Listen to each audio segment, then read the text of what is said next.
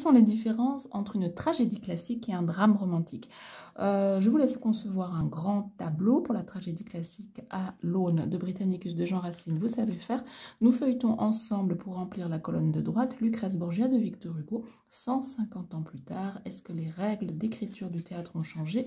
Est-ce que les dramaturges et les spectateurs ont envie d'autre chose? Oui. Alors, nous sommes dans la didascalie initiale 17. Nous avons deux lieux qui sont indiqués, Venise et Ferrare. Venise, nous serons à l'extérieur, dans les rues de Venise, et Ferrare, il y aura deux lieux, une place, un palais. 1, 2, 3 lieux, l'unité de lieu est donc bafouée.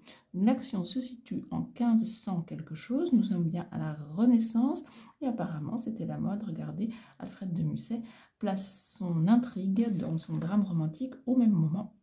C'était la mode des actions de la Renaissance.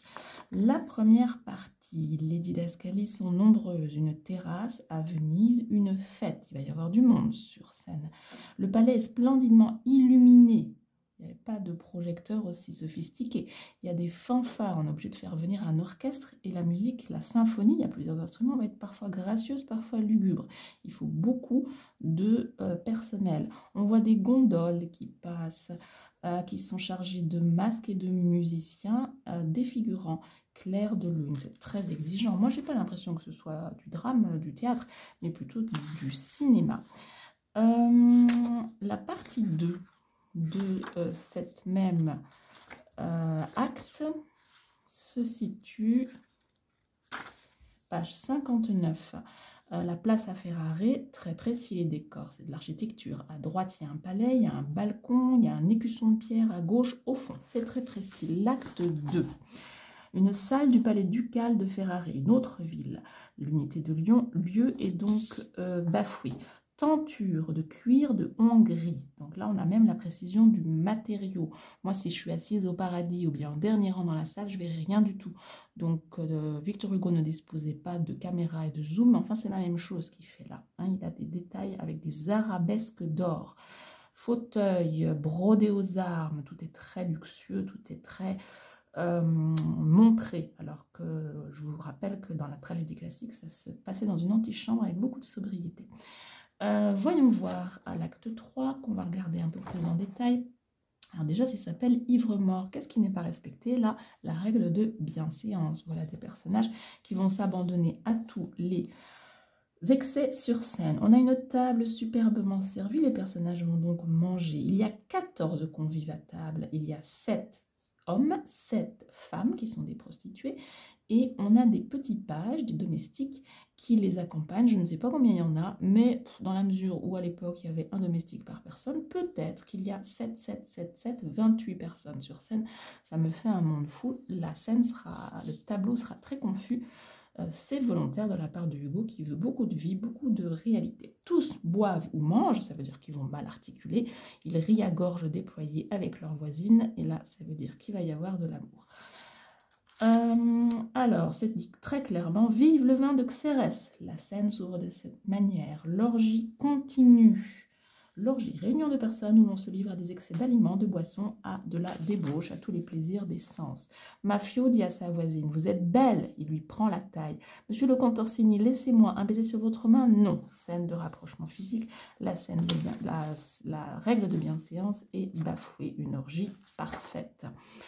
Alors, Gubetta et Holoferno vont s'envoyer des piques et une bataille éclate, ils s'insultent. Savez-vous bien que je vous couperai en 4? Pardieu, j'ai montré ce faquin. Ciel, ils vont se battre. Grand colosse d'Italiens que vous êtes. Ça me rappelle Molière. On était plutôt dans une ambiance tragique, on était dans une ambiance très différente et nous voilà dans une fête qui dégénère avec des scènes amusantes de comédie et donc à nouveau de la violence sur scène puisqu'il désarme Holoferno qui veut se jeter sur Gubetta. Le page noir les fait boire et reboire, ils sont ivres, ils éclatent de rire et alors là il y a quelque chose qui se passe en pleine ébriété, en pleine joie. Ils choquent leurs verres en riant aux éclats. Il y a des voix au dehors qui chantent, qui scandent un texte latin qui, en fait, va être identifié comme une messe des morts. On a une superposition à minuit, heure du crime, d'une procession, cortège de prêtres et de fidèles à l'occasion d'une cérémonie religieuse qui se superpose à cette fête folle. Ce sont les prières des morts. Buvons à la santé de celui qu'on va enterrer. Ça, c'est une mauvaise blague. Donc, la règle de bienséance est à nouveau bafouée. Et puis, en fait, nous comprenons, c'est une scène très visuelle avec beaucoup de jeux de scène, nous comprenons que cette procession, en fait, est venue s'occuper d'eux. On a carrément les cercueils. Les moines s'écartent et laissent voir 5 cercueils couverts chacun d'un drap noir rangés devant la porte. Voici ton cercueil, Jeppo. Voici le tien, Mafio. Voici les vôtres.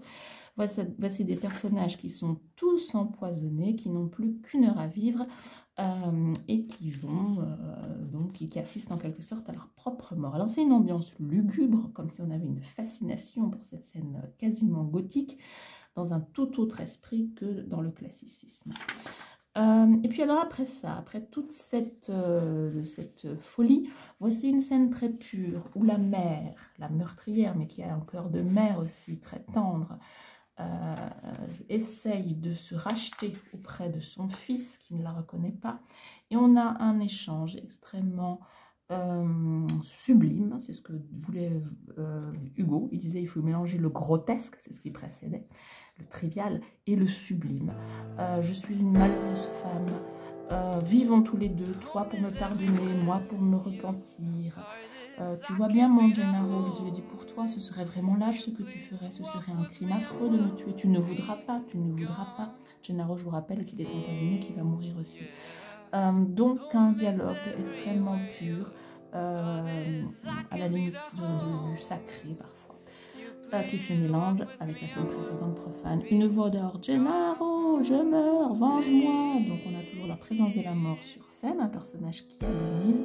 Et puis ce Gennaro qui lui est en train de mourir frappe cette femme qui est morte, sa mère. Donna Lucrezia, ah tu m'as tué Gennaro, je suis ta mère. Voici donc beaucoup de personnages qui meurent sur scène.